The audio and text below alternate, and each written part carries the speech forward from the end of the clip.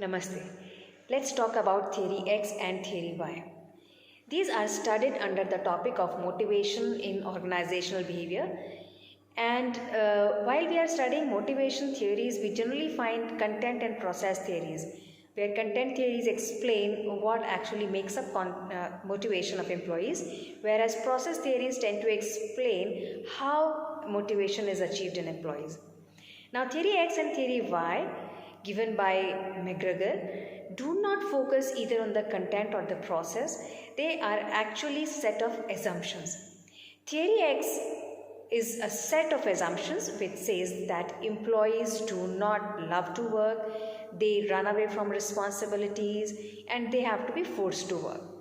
Whereas, on the other hand, theory Y is a set of assumptions which is totally opposite to theory X. Theory Y assumes that employees love to work, it is just natural to them like any other task they would do, like enjoyment, and employees don't have to be forced to work. They will work on their own. They will be happily taking up responsibilities. Now, theory X and theory Y are just a set of assumptions. They do not describe employees. At the other end, we have to understand that theory X and theory Y is not talking about two types of employees or two types of managers. It's just a set of assumptions. A manager may either believe in theory X or may believe in theory Y. So if a manager believes in theory X, he will believe that the employees do not like to work. So he will accordingly manage his own employees. Whereas if the manager believes in theory Y, then he will believe that employees love to work. So he will manage his employees accordingly. Hence, it is the belief of the manager which is explained by theory X and theory Y.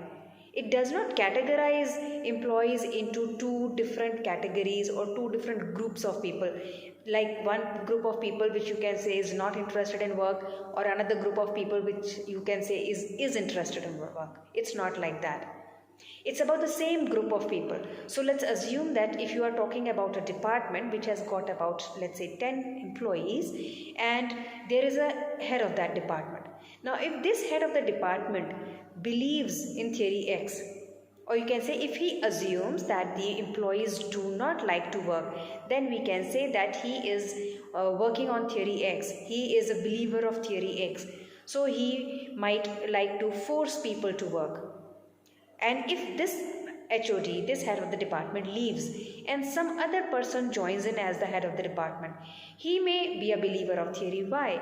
He may work under the assumption that employees love to work, they enjoy responsibilities. So he would do his team management, his HR management based upon these presumptions.